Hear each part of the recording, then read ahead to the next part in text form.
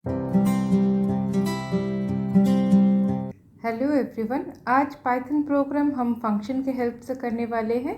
और फंक्शन ये एक लिस्ट इनपुट लेगा और रिटर्न करेगा एक नया लिस्ट जिसमें सारे यूनिक वैल्यूज़ होंगे। मतलब जो डुप्लीकेट्स हैं उन्हें रिमूव करके नया लिस्ट रिटर्न करेगा जो हमें एज अ आउटपुट मिलेगा। अब इसका एक एग्जांपल देखते हैं। और आप मेरे चैनल में नए हैं तो इसी तरह के प्रॉब्लम सॉल्यूशंस के लिए मेरे चैनल को आप सब्सक्राइब कर सकते हैं।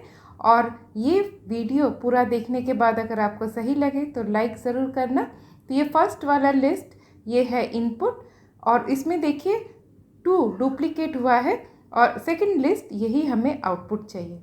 अब चलिए हम प्रोग्राम के लॉजिक या फिर कोडिंग की तरफ चलते हैं। तो फर्स्ट हमें एक लिस्ट इनपुट चाहिए। यहाँ पर माई LST ये एक वेरिएबल है जिसमें ये एक लिस्ट है जहाँ 19 ये डुप्लीकेट हुआ है। अब माई LST में पूरा लिस्ट है। अब नेक्स्ट सेकंड स्टेटमेंट हमारा फर्स्ट माई लिस्ट से यहाँ से स्टार्ट हो रहा है प्रोग्राम, जहाँ वो एक लिस्ट एक्सेप्ट कर रहा है। उसके बाद वाला स्टेटमेंट है प्रिंट यूनिक VAL और माई लिस्ट, इसमें सारे नंबर्स है। अब यूनिक वैल्यू ये एक फंक्शन का नाम है और ये वाला पार्ट फर्स्ट काम करेगा उसके बाद प्रिंट करेगा। तो अब ये कैसे एग्जीक्यूट कर रहा है इसे हम देखते हैं। तो यूनिक VAL ये जो पार्ट है यहाँ पर क्या हो रहा है, फंक्शन कॉल हो रहा है। तो पहले ही जैसे फंक्शन कॉल होगा वो ढूंढेगा कि सेम नाम पर कहाँ पर फंक्शन है।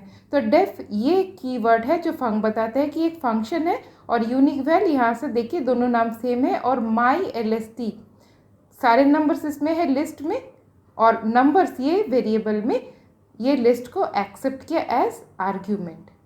अब फंक्शन कोड में देखते हैं। तो हमें एक नया लिस्ट बनाना है, तो इसलिए यूनिक ये एक वेरिएबल में हमने खाली लिस्ट लिया, open close third bracket, simple. अब ये हम जस्ट फॉर मतलब ये जब हम प्रोग्राम को रन कराएंगे इसमें किस तरह से काम हो रहा है देखने के लिए मैंने एक एम्प्टी लिस्ट को जस्ट उस तरह से लिखा। अब यहाँ पर logic for num in numbers. अब नंबर्स में कौन है, हमने जिस लिस्ट को भेजा है वही है। तो ये सारे नंबर्स मैंने पास में लिखे ताकि हम इस प्रोग्राम को समझ सके। नेक्स्ट फॉर ये एक एक करके नंबर उठाएगा, कहाँ से, इस लिस्ट से। तो फर्स्ट 7 आया नम इस वेरिएबल में। फिर वो चेक कर रहा है इफ़ अगर यूनिक इसमें नहीं है नंबर, फिर यूनिक डॉट अपेंड, मतलब यूनिक इस लिस्ट में अपेंड करो नंबर 7 को, मतलब नम में जो है। तो यहाँ पर खाली लिस्ट था तो 7 उसने वहाँ पे अपेंड कर दिया। नेक्स्ट हमारा लूप घूमा, एक बार अपेंड कर दिया फर्स्ट नंबर को, लूप जैसे ही घूमेगा फॉर लूप में अभी उसको सेकंड नंबर मिलेगा फॉर नम वेरिएबल, तो वो है 19।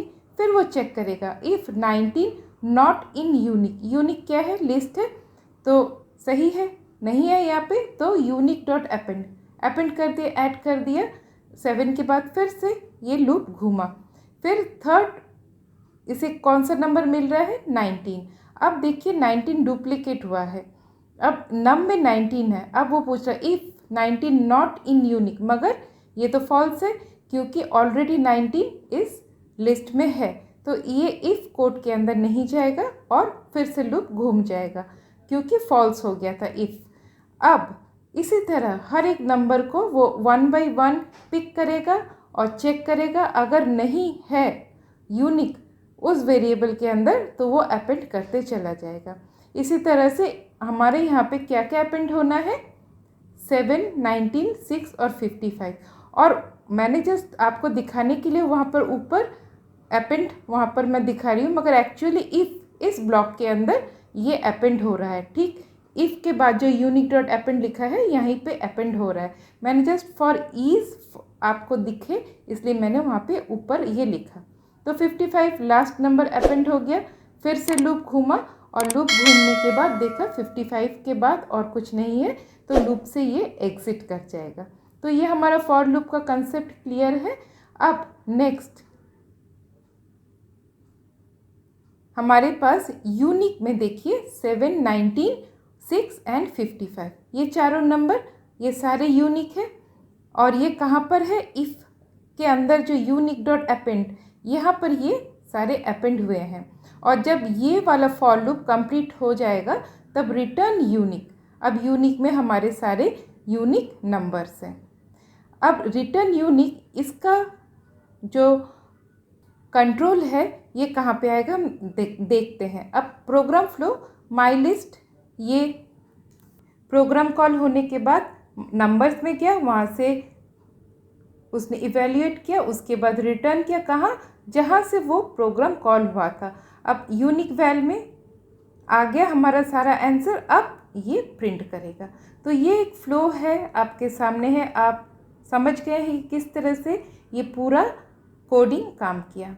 तो अब इसको रन कराने के बाद देखिए यहाँ सारे हमको यूनिक वैल्यूज़ मिल गए। तो इसी तरह से ये वाला जो कॉन्सेप्ट है काम किया है। और देखिए 19 जो डुप्लीकेट था वो अभी इस आउटपुट हमारे पास जो रिज़ल्ट है इसमें नहीं है। आशा करती हूँ कि आपको ये वाला जो कोडिंग का जो कॉन्सेप्ट है समझ में आ गया और आप इसको एक बार ज़रूर रन करके देखिए। और अगर थोड़ा सा भी डाउट है तो इसको और एक बार आप रिपीट और एक बार देखिए तो आपको ज़रूर समझ में आ जाएगा। और आज के लिए इतना ही। नेक्स्ट ट्यूटोरियल में फिर से आपसे मिलते हैं, तब तक के लिए बाय बाय।